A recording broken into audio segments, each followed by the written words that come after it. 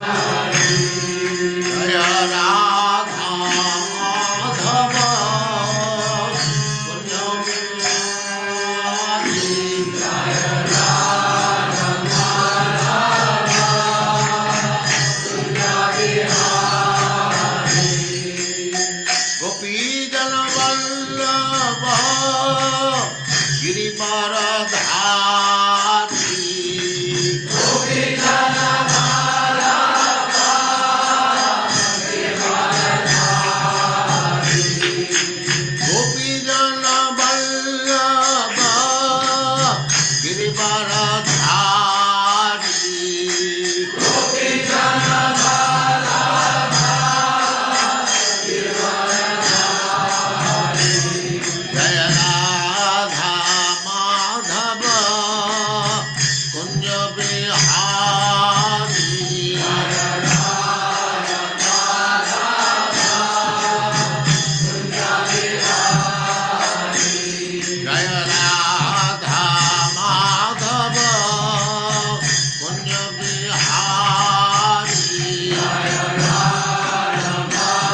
गिरिवरधारी।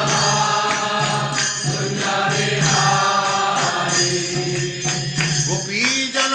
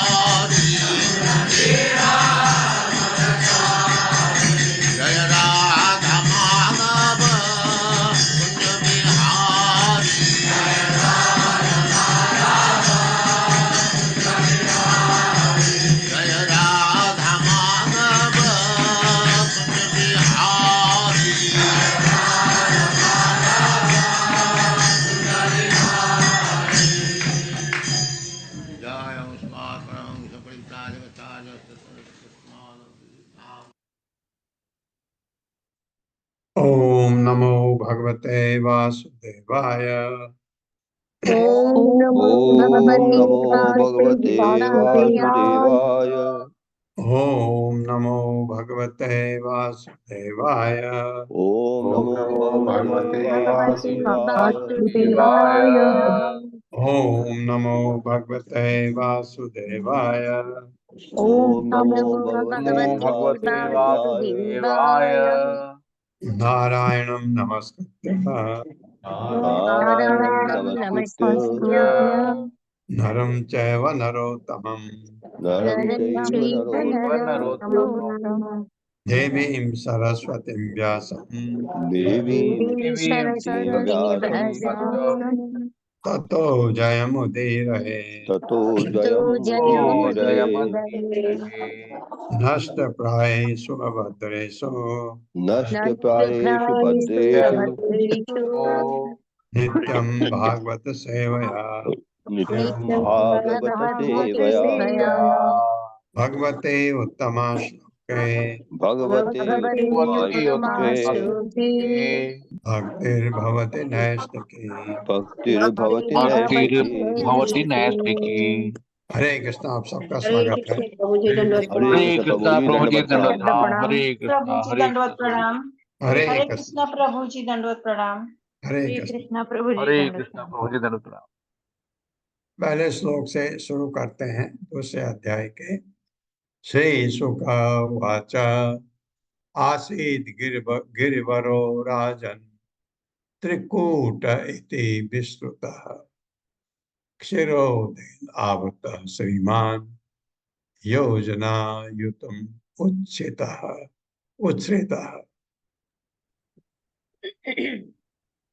मेरे साथ।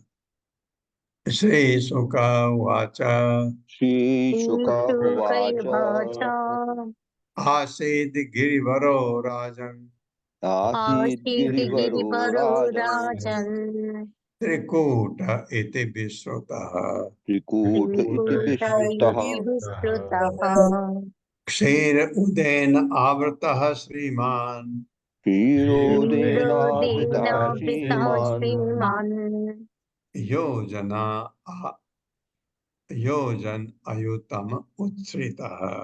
योजनायुतमुच्छ्रितः। योजनायुतमुच्छ्रितः।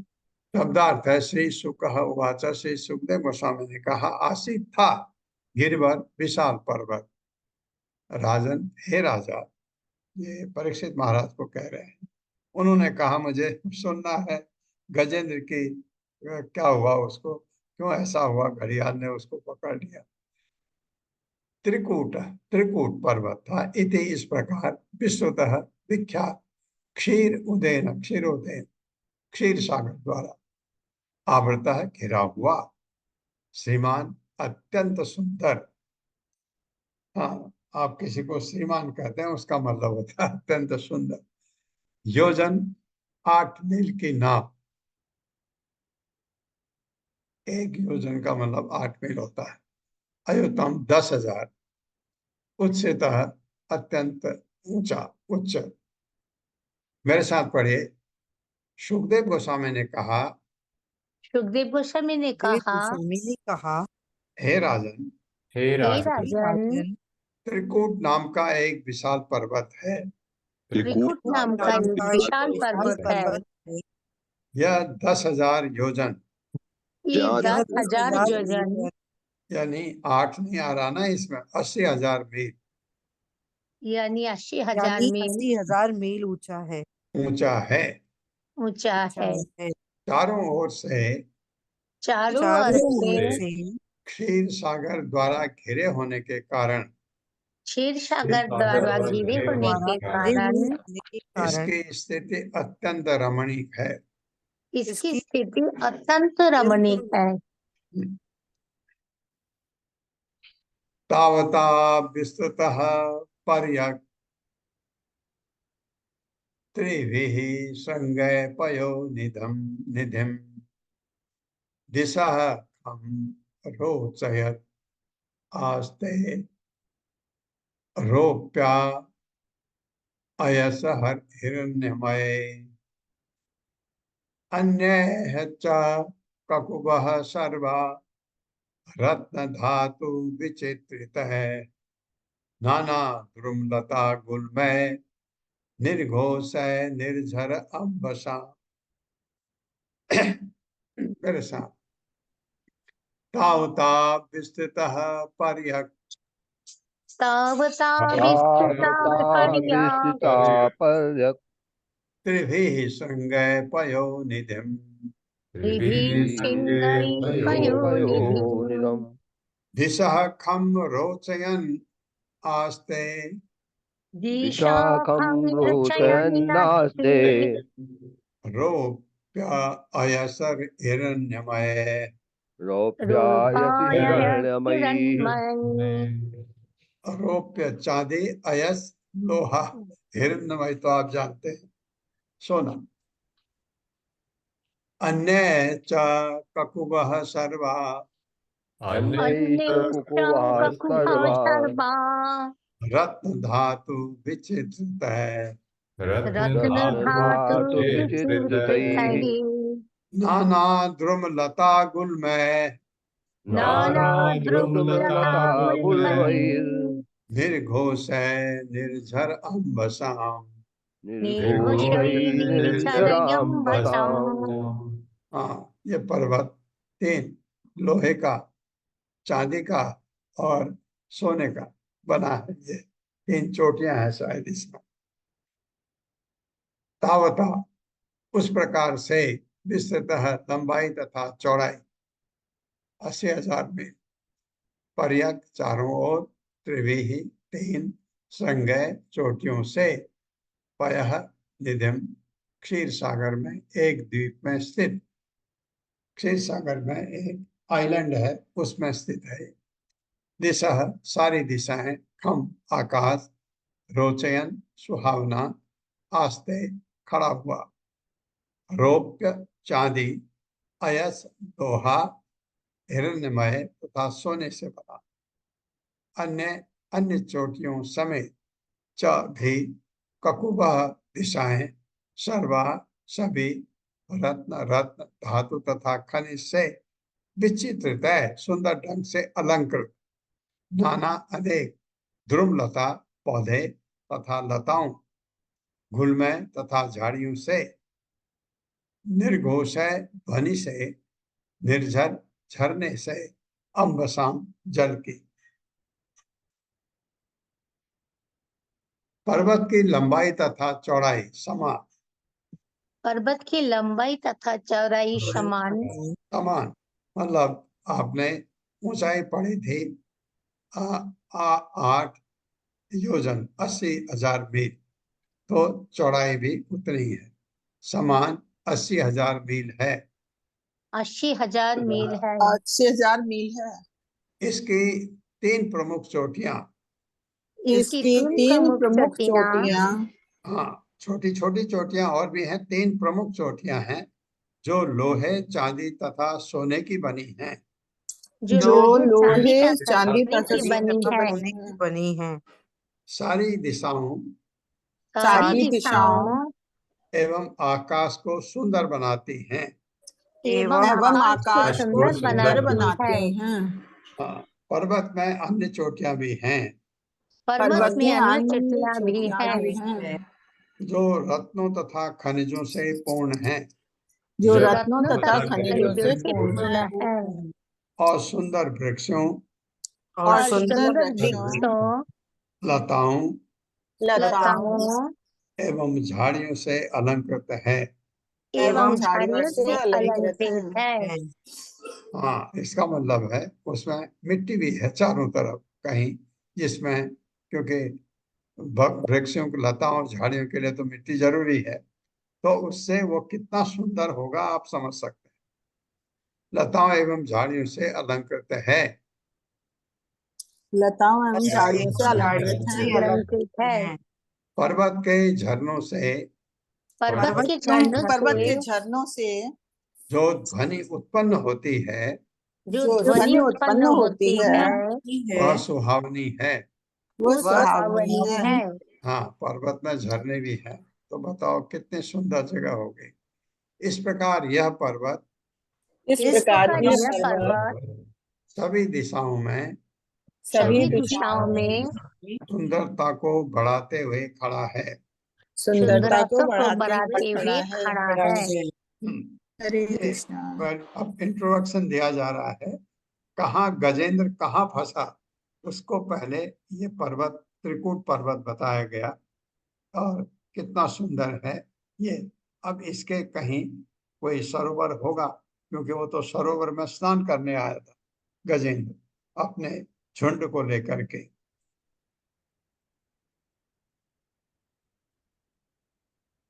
सच अनिज्य माना मान अंग्रिहि समन्तात् पय उर्मिभिः करोति श्यामलां भूमिं हरिन्मर्कत मर्कत अस्मभिः। मेरे साथ पढ़िए। स च अवनिज्यमानङ्घ्रिः सा च चायवनिच्यमानङ्घ्रिः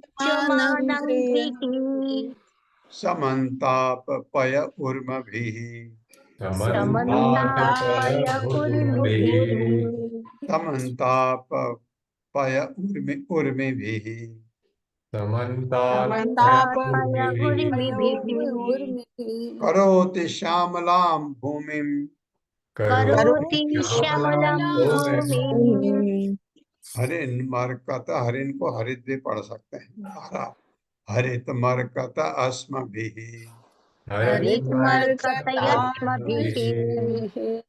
शब्दार्थ है सह वह पर्वत त्रिकूट च भी अवनिज्यमान अंग्रिही जिसका चरण सदा प्रक्षालित होता है समन्तात चारों ओर से पयः उर्मिभिः दूध की लहरों से उसका स्वागत होता है चरणों का करोति बनाता है श्यामलाम गहरा हरा भूमि भूमि को हरित हरी मरकत मरकत मणि अस्मभि पत्थरों से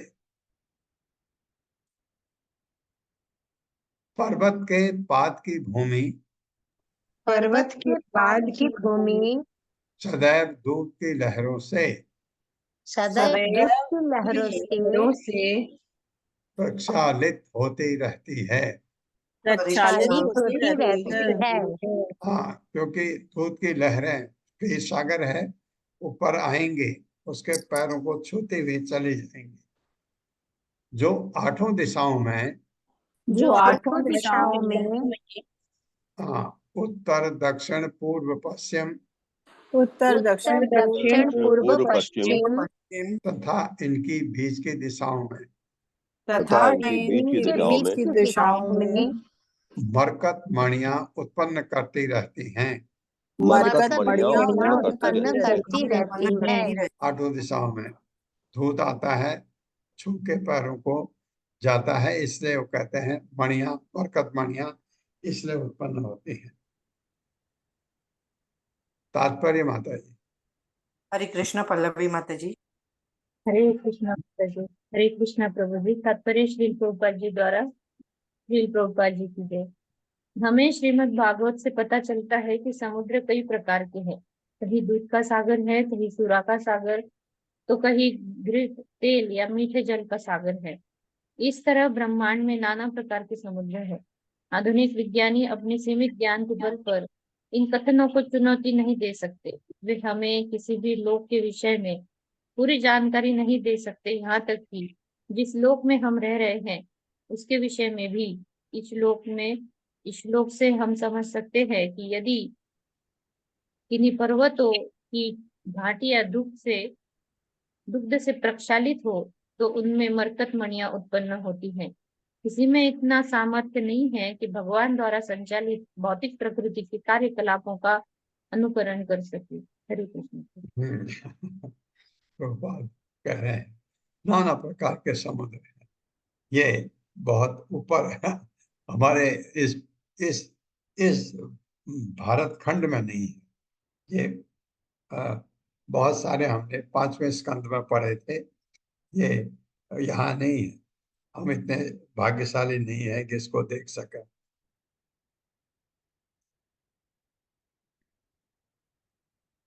सिद्ध चारण गंधर्व है विद्याधर महाउर्गय। उर्गय उरक सांप को कहते हैं महाउर्गय। किन्नरैः अप्सरो विचा क्रीडद्भिः जुष्ट कंधरः।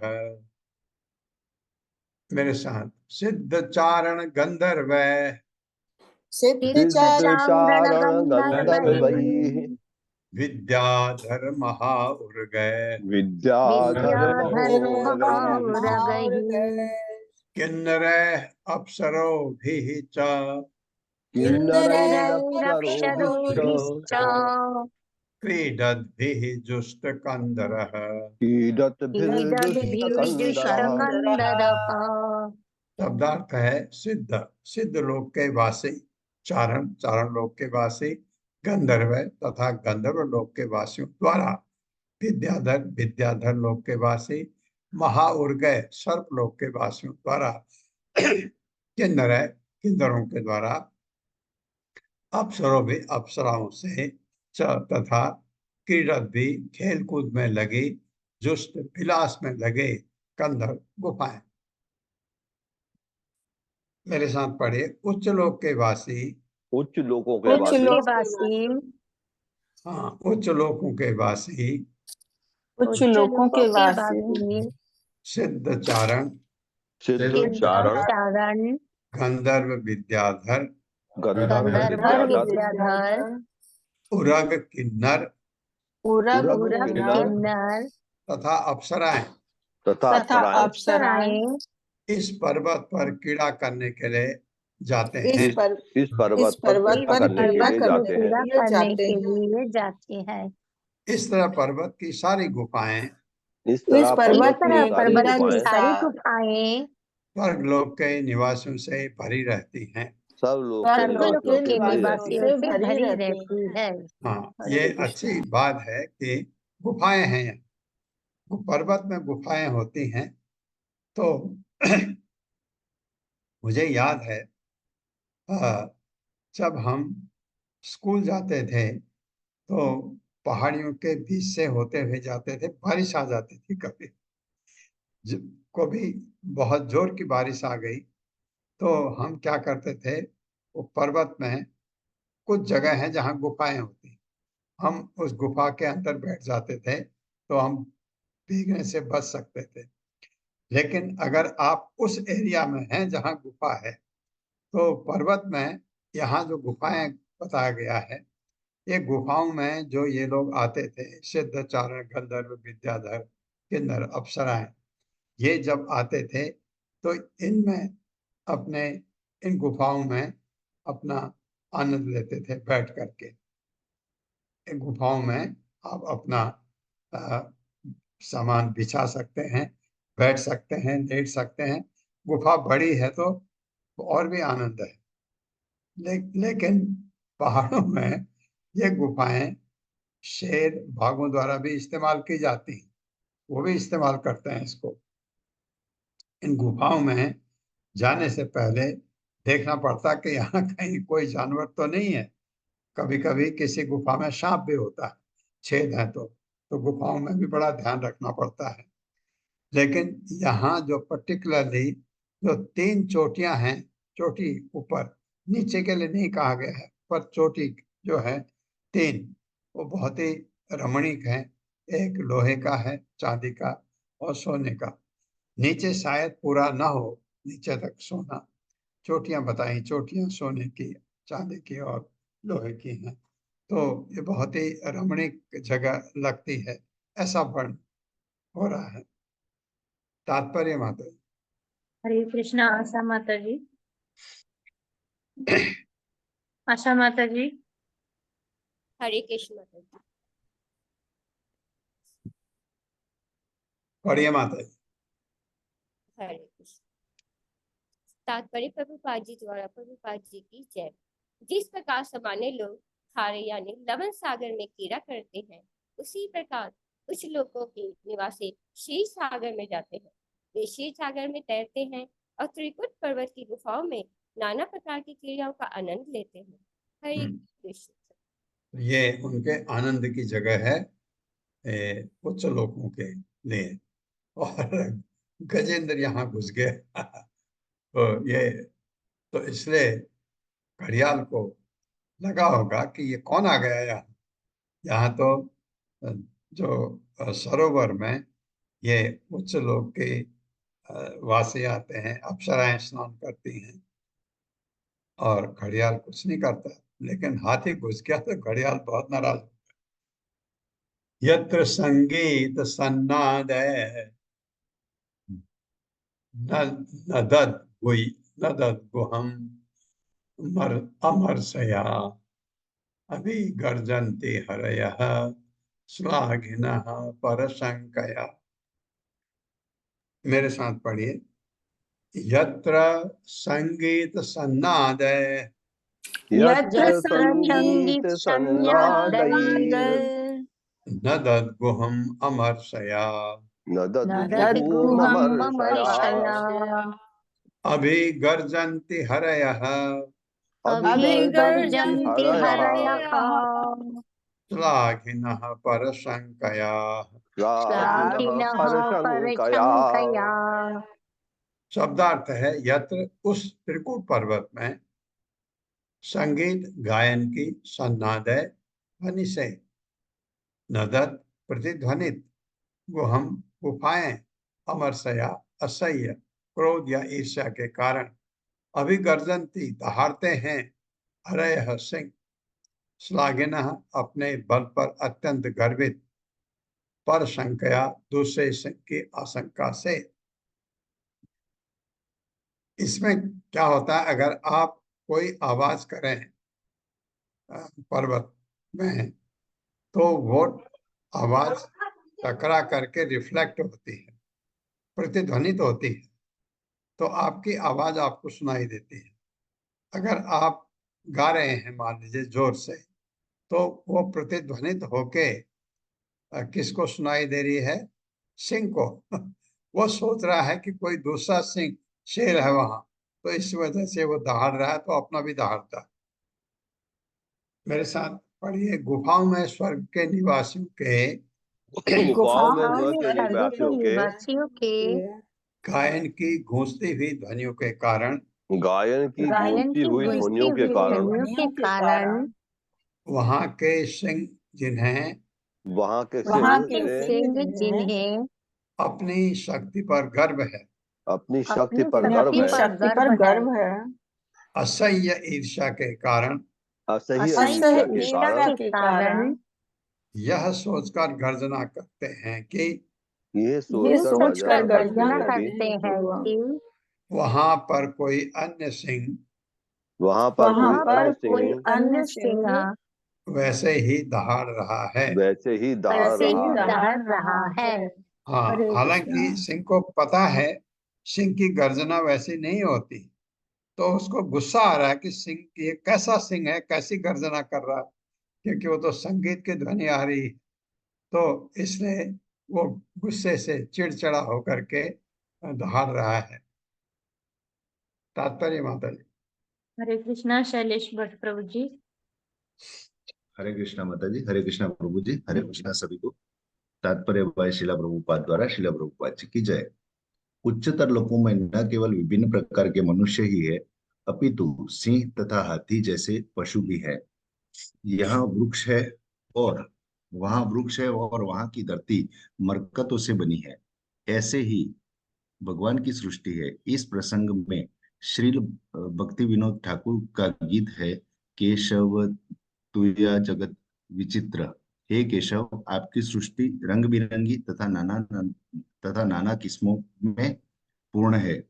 भूविज्ञानी, वनस्पति विज्ञानी तथा अन्य तथाकथित विज्ञानी अन्य लोगों के विषय में मनोकल्पना करते हैं, किंतु उनकी विविधता का अनुमान न लगा पाने के कारण वे झूठे ही यह कल्पना करते हैं कि इस लोक को छोड़कर अन्य सारे लोग शून्य, निर्जन तथा धूल से भरे हैं। इस तरह वे ब्रह्मांड में विद्यमान विभिन्न किस्मों का अनुमान तक न लगा सकने पर भी अपने ज्ञान से गर्वित रहते हैं और अपनी अपनी ही क्षमता वाले लोगों द्वारा विद्वान माने जाते हैं। जैसा कि श्रीमद् भागवत 2.3.19 में कहा गया है, श्रवित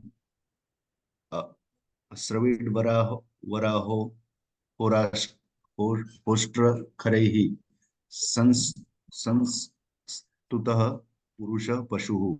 भौतिक व्याधि नेताओं की प्रशंसा कुत्ते, सुअर, ऊंट तथा गधे करते हैं, जो स्वयं भी बड़े पशु हैं। मनुष्य को बड़े पशु द्वारा प्रदत्त ज्ञान से संतुष्ट नहीं होना चाहिए, प्रत्युत उसे सुखदेव गोस्वामी जैसे सिद्ध पुरुष से ज्ञान प्राप्त करना चाहिए। महाजनों ये न गतः सपंथः, हमारा कर्तव्य है कि महाजनों के उपदेश का पालन करें। महाजनों की संख्या 12 है और सुखदेव गोस्वामी उनमें से एक है। भागवतम 6.3.20। स्वयंभूर्नादः शंभुः कुमारः कपिलो मनुः प्रहदो जनको भीष्मो बलिर्वैर बलिर्वैया वया सखे सखिर्वयम् वया सखे वयम वैया वयम सखी। हाँ, वयम शब्द वैया सखी ही सुखदेव गोस्वामी है। ये जो ये जो कुछ भी कहते हैं वह तथ्यात्मक है, यही पूर्ण ज्ञान है। हरे कृष्णा प्रभु जी, धन्यवाद। हरे कृष्णा प्रभु, धन्यवाद। ये श्लोक किसने कहा? यमराज ने। ये छठे स्कंद में के तीसरे अध्याय का 20वां श्लोक है।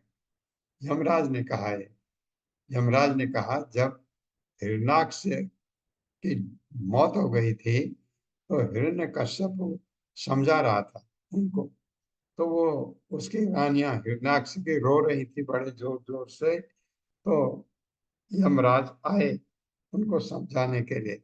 ऐसा दिखाया गया है इस स्कंद में। तो आपने सुना है बहुत सारे लोग मैं नहीं बोलते, हम बोलते हैं। अगर आप उनको कहिए चलिए, वो कहेंगे नहीं हम नहीं चलेंगे, हम। बहुत सारे लोग ऐसे कहते हैं, मैं की जगह हम यूज करते हैं। और यहाँ संस्कृत में भी ऐसा होता है। देखिए वयम, वयम का मतलब हम होता है। मैं के लिए संस्कृत में अहम आता है। ये वयम है, वयम का मतलब हम। तो हम ये यमराज कह रहे हैं, तो ये यमराज है वयम। मेरे ख्याल से इस श्लोक को हम ऐड करेंगे, जो हम ये अध्याय के बाद नया 9 श्लोक पढ़ते हैं। जब 8वां स्कंद पूरा होगा, ये श्लोक हम ऐड करेंगे। स्वयं स्वयंभू नारद शंभु। स्वयंभू कौन है? स्वयंभू जो खुद पैदा हुआ। कौन है? ब्रह्मा। ब्रह्मा की मां नहीं थी, ब्रह्मा को भगवान ने पैदा किया। स्वयंभू ब्रह्मा जी। नारद आप जानते हैं, शंभु शिव जी, कुमार 4 कुमार, कपिलो कपिलो कपिल कंदर देवहूति के पुत्र। मनु स्वयं वो मनु। प्रहलादो प्रहलाद, जनको जनक, भीष्म पितामह, बलि बलि महाराज। असुर थे, देखो असुर में भी 2 महाजन पैदा हुए, एक प्रहलाद महाराज, एक उनके पोते बलि महाराज। वैसायकी कहा जाता है सुखदेव गोस्वामी को, वैसायक के पुत्र, अपने वो नारद उसके वेद व्यास के पुत्र हैं। वयम, वयम मतलब हम। ये हम कह रहे हैं यमराज, यमराज भी।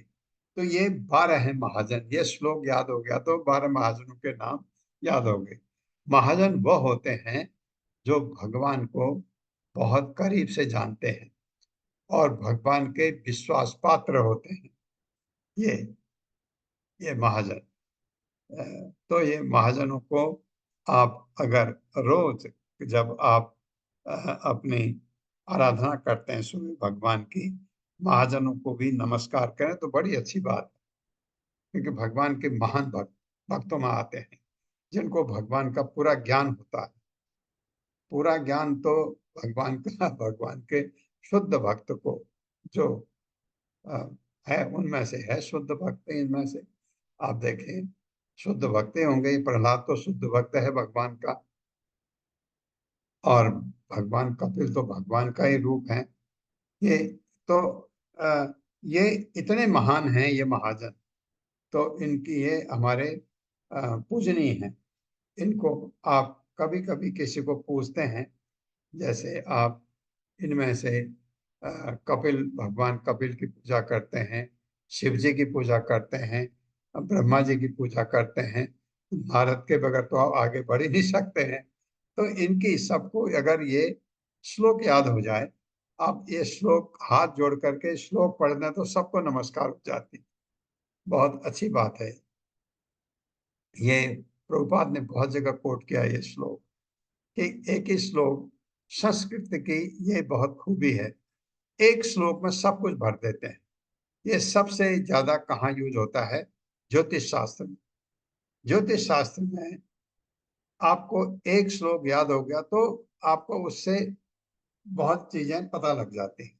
अगर मान लीजिए एक ग्रह, एक कोई ग्रह किसी जगह बैठा हुआ है आपके हॉरोस्कोप में, और अगर आपको वो श्लोक याद है तो पता लग जाएगा कि ये ग्रह अगर इस जगह है तो क्या करेगा, इस जगह है तो क्या करेगा।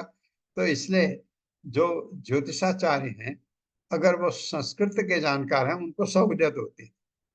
ज्योतिष में आप संस्कृत के विद्वान हो जरूरत नहीं है, लेकिन आपको फिर याद करना पड़ेगा। जैसे ये श्लोक था, ये श्लोक याद है तो आपको वारु महाजन का नाम याद है, नहीं है तो आपको नोट करके याद करना पड़ेगा। तो ये चीज है। जैसे भागवतम पहले कहते थे कि भागवतम पढ़ने के लिए आपको संस्कृत का ज्ञान होना चाहिए, क्योंकि भागवतम संस्कृत में लिखी गई वेद व्यास ने। लेकिन हमारे प्रभुपाद जी ने इतनी कृपा की, उसको इंग्लिश में ट्रांसलेट कर दिया, श्लोक को भी, उसके अर्थ को भी और उसके तात्पर्य को भी। इतनी सहूलियत हमारे लिए हो गई उनकी वजह से, तो हम भागवतम पढ़ पा रहे। नहीं तो हम भागवत नहीं पढ़ सकते, क्योंकि वो संस्कृत में है। संस्कृत भी जानने वाला, ऐसा नहीं कि संस्कृत पढ़ी हो, ऐसा जिसको संस्कृत आती हो अच्छी तरह, क्योंकि उसमें बड़े कठिन कठिन श्लोक है, जैसे हम देखते हैं, तभी आप पढ़ सकते हैं, समझ सकते हैं। ऐसा था। लेकिन अब हम जैसे अपने को मैं मूर्ख समझता हूँ, मेरे जैसा व्यक्ति भी भागवतम पढ़ सकते हैं, क्योंकि प्रभुपाद की कृपा से। नहीं तो आप देखते हैं श्लोक बड़े बड़े कठिन कठिन हैं, कहीं पर बहुत कठिन है।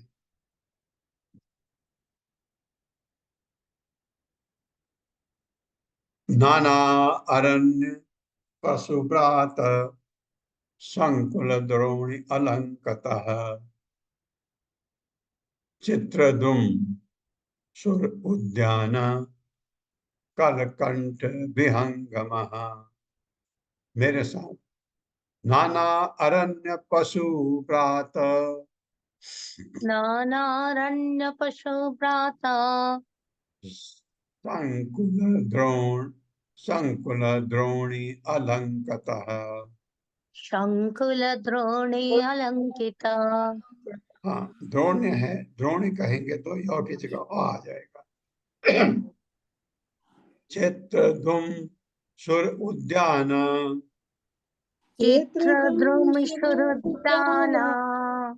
कलकंठ विहंगमः। कलकंठ कलकंठ विहंगमः।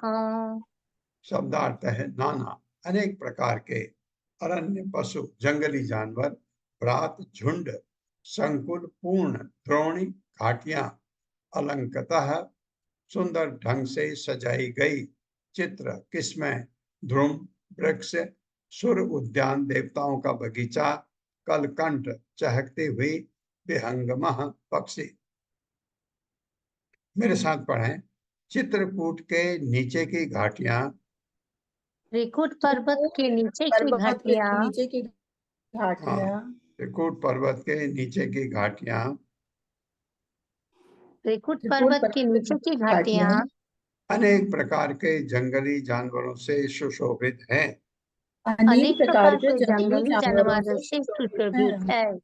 और देवताओं के उद्यानों में जो वृक्ष हैं, और और देवताओं देवताओं के के उद्यानों उद्यानों में में जो जो वृक्ष वृक्ष है, उन पर नाना प्रकार के पक्षी उन उन पर पर नाना नाना प्रकार के प्रकार के पक्षी पक्षी सुरीली तान से चहकते रहते हैं।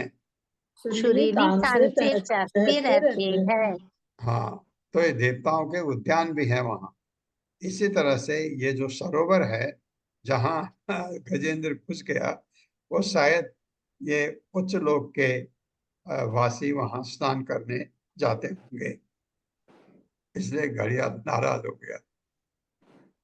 सरित सरोभिः अच्छोदय पुलिनैः मणिबालुकैः देवस्त्री देवस्त्री मज्जन आमोद सौरभ अम्बु, तो अम्बु होगा क्योंकि वो की जगह आ जाएगा फिर।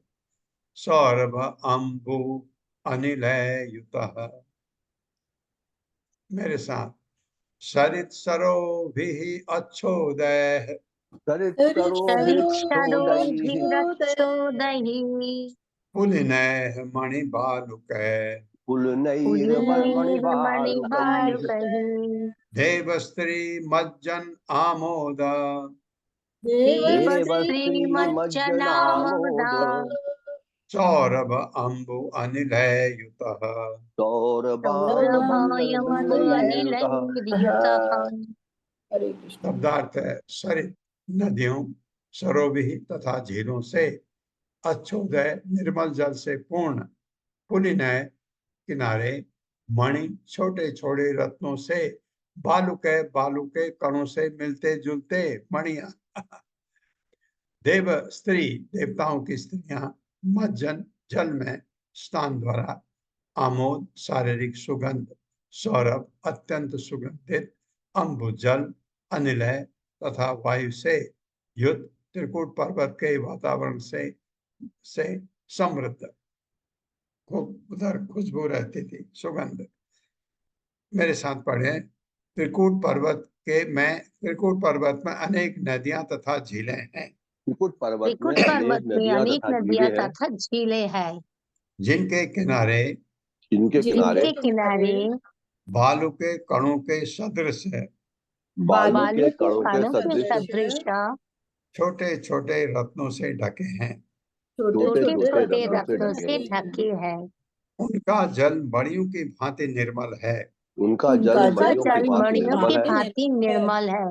जब देवताओं की स्त्रियां उनमें स्नान करती हैं, जब जब जब देवताओं देवताओं की की स्त्रियां स्त्रियां उनमें उनमें स्नान स्नान करती हैं, करती है तो उनके शरीरों से तो उनके शरीरों उनके से शरीरों से जल तथा पवन सुगंध ग्रहण कर लेते हैं, जल जल तथा जल पवन तथा सुगंध पवन ग्रहण कर लेते सुगंधि हैं, ग्रहण कर लेते हैं, जिससे वायुमंडल और भी सुगंधित हो जाता है। जिससे जिससे वायुमंडल और वायुमंडल भी और भी सुगंधित हो सुगंधित जाता हो है। जाता है। हाँ, अब आपको लग रहा होगा कि शरीरों से सुगंध कहाँ से आती है।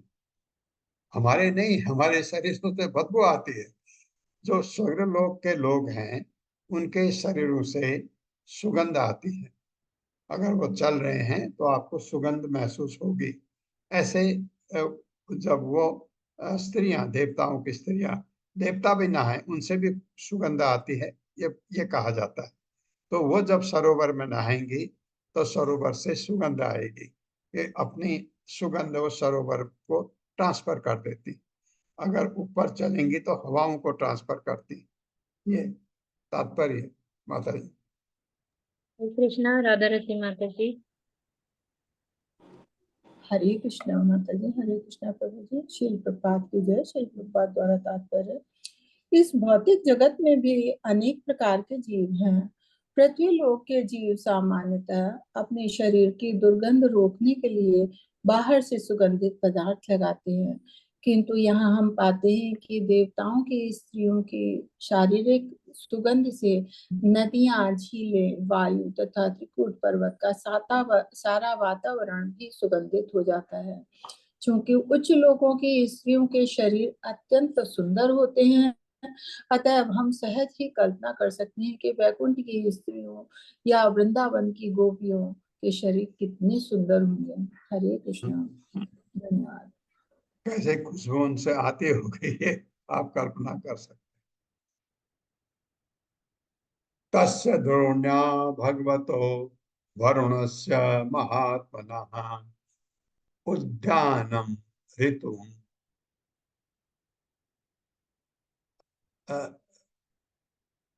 ऋतुम अन्नाम, इसको बाद में देखूंगा क्या है। आक्रीडम सूर्यो सिताम सर्वतो अलंकतम दिव्य नित्य पुष्प फल द्रुमय मंदारे परिजात च पाट पाटला शोक चंपक चूत पियाले पनस आम्र आम्रात कै अपि क्रमुक नारियल के लिए होगा के नारिकेलश्च खजूर बीज पूरक मधुकैः शालतालश्च तमालय रसन अर्जुन अरिष्टो अरिष्ट अरिष्ट उडुम्बर। अरिष्टो में अगर अरिष्ट पढ़ो तो वो आ जाएगा। अरिष्ट उडुम्बर प्लक्ष है भट है किंसुक चंदन है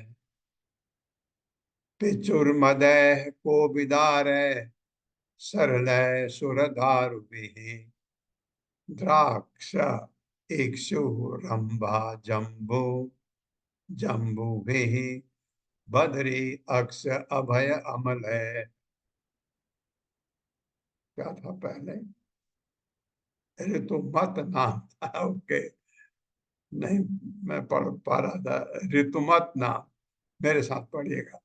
तस्य द्रोण्या भगवतो तस्योद्रोण्यां भगवतो वरुणस्य महात्मनः वरुणस्य वरुणश्च महात्मनः महात्मनः उद्यानं ऋतुमत नाम उद्यानमितुमन्नाम उद्यानमृतुमत् नाम आक्रीडं सूर्योषिताम् आक्रीडं आक्रीडं सुरयोषिताम् शुरयोषितम् सर्वतो अलंकतम दिव्यैः सर्वतो सर्वतोऽलङ्कृतं लङ्कितं दिव्यैः दिव्यैः नित्य पुष्प फल द्रुमैः नित्यपुष्पफलद्रुमैः फलद्रुमैः मंदारे परिजातैश्च मन्दारैः मन्दारैः पारिजातैश्च परिजातैश्च पाटलाशोक चंपक पाटलाशोकचम्पकैः पाटलाशोकचम्पकैः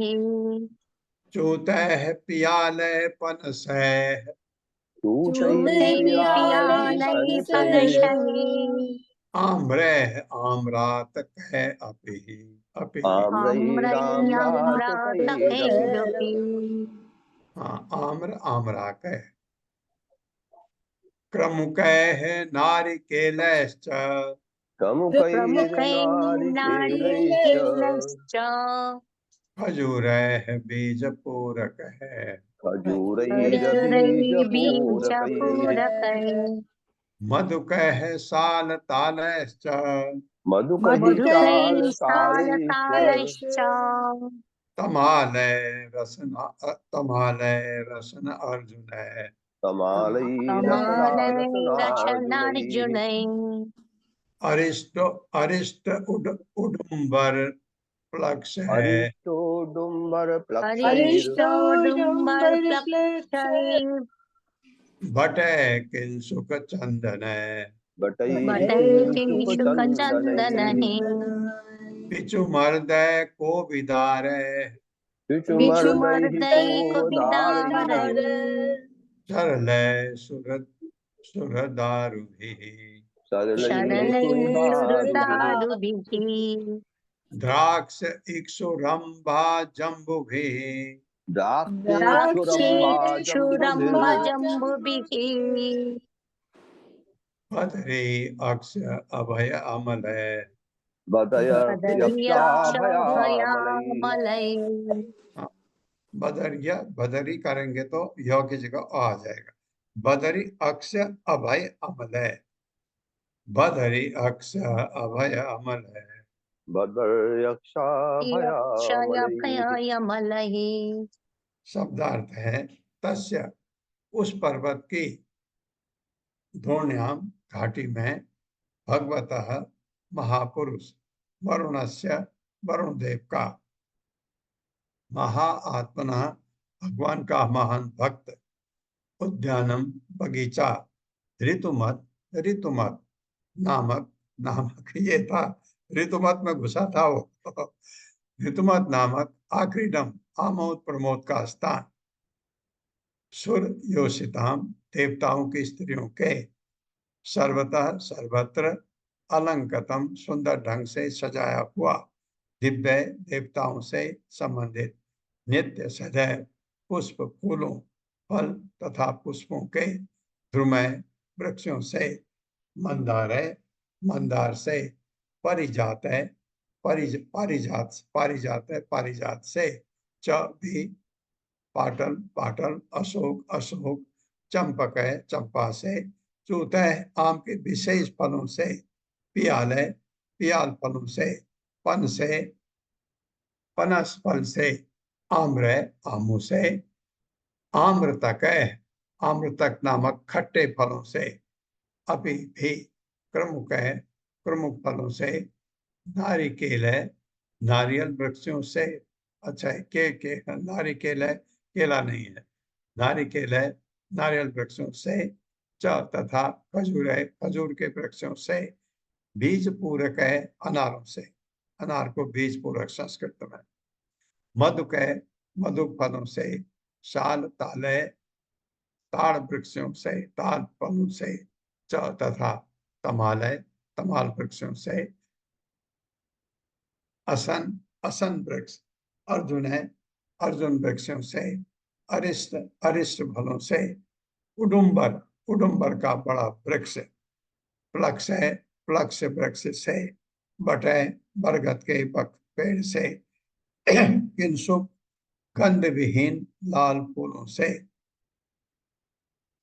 चंदन है चंदन के वृक्षों से, पिचुमर्द है पिचुमर्द फूलों से, कोबिदार है कोबिदार फलों से, सरल है सरल वृक्षों से, सुर दारू वृक्षों से, द्राक्षा अंगूर, इक्षु गन्ना, रंभा केला, अच्छा केले को रंभा संस्कृत, जम्बू भी जम्बू फलों से, बदरी बदरी फल, अक्ष अक्ष फल, अभय अभय फल, आमले आमल की या आमलुम आमल, ये तो देखा फलों से, इसमें से बहुत सारे फल तो मैंने देखे भी नहीं है, हो सकता है आप लोगों ने कुछ देखे हों, कुछ तो नहीं भी देखे हों, कुछ शायद यहाँ होते ही नहीं हों, हमारे पृथ्वी पर होते भी होंगे, पर मुझे पता नहीं इतने फलों के बारे में। मेरे साथ पढ़ें, त्रिकूट पर्वत की घाटी में त्रिकुट पर्वत की घाटी में ऋतुमत नामक उद्यान था, ऋतुमत नामक उद्यान था, उस उद्यान यह उद्यान महान भक्त वरुण का था, ये ये उद्यान उद्यान महान भक्त वरुण का था वरुण का था, और यह देवांगनाओं का क्रीड़ा स्थल था, और ये और यह देवांगनाओं का क्रीड़ा स्थल था। देवांगनाओं का क्रीड़ा स्थल था। यहाँ सभी ऋतुओं में यहाँ सभी ऋतुओं में फूल फल उगते रहते थे, फूल फल उगते रहते थे, इनमें से मंदार इनमें से मंदार, पारिजात पारिजात, पाटल अशोक चंपक आम्र विशेष, ये कोई विशेष आम का फल है जिसे चूत नाम से कहा जाता है, पियाल पनस आम आम्रातक आम्रातक खट्टा फल है, आम नहीं है,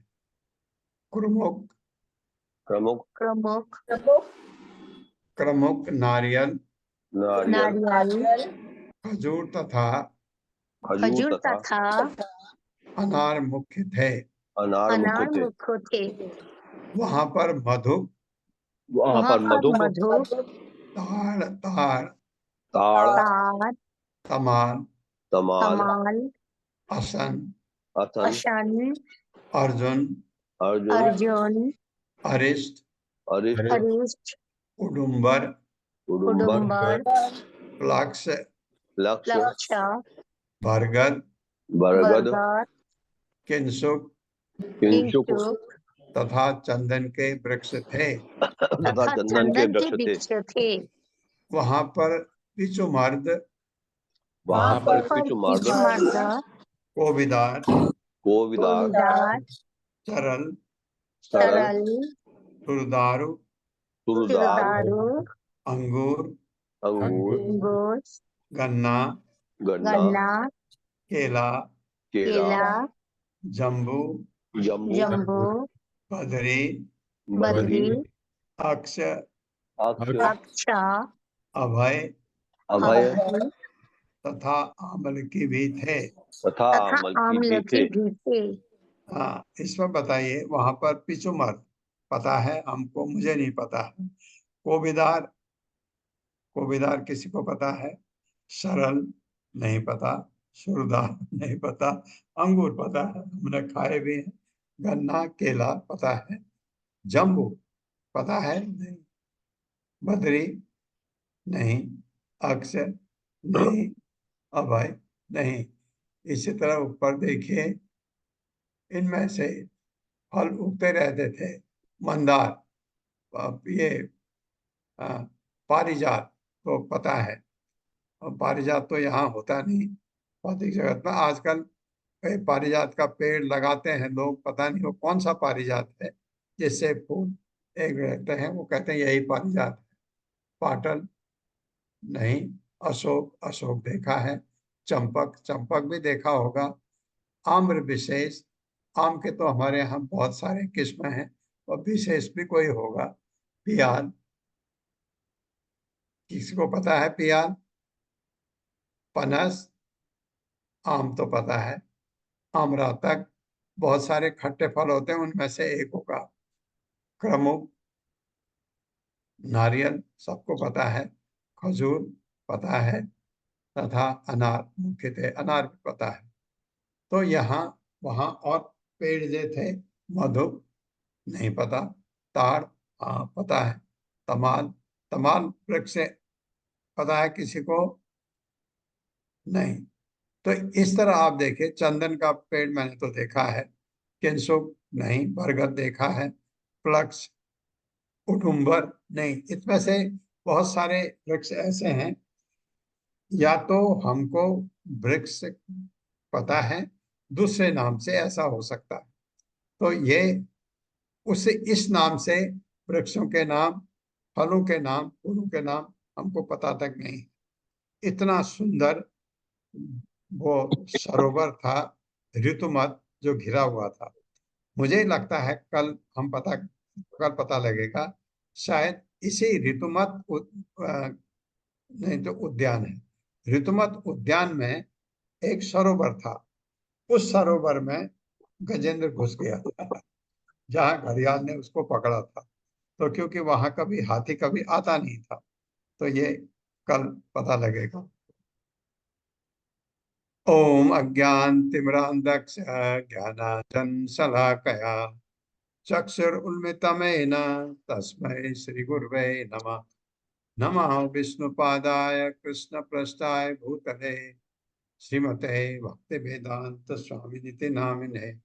नमस्ते सारस्वती देवे गौरवाणी प्रचारिणे निर्विशेष शून्यवादी पाश्चात्य देशतारिणे। जय हो श्री कृष्ण चैतन्य प्रभु नित्यानंद, श्री अद्वैत गदाधर शिवासादि गौर भक्त वृंद। हरे कृष्णा कृष्ण कृष्ण हरे हरे, हरे राम राम राम हरे हरे।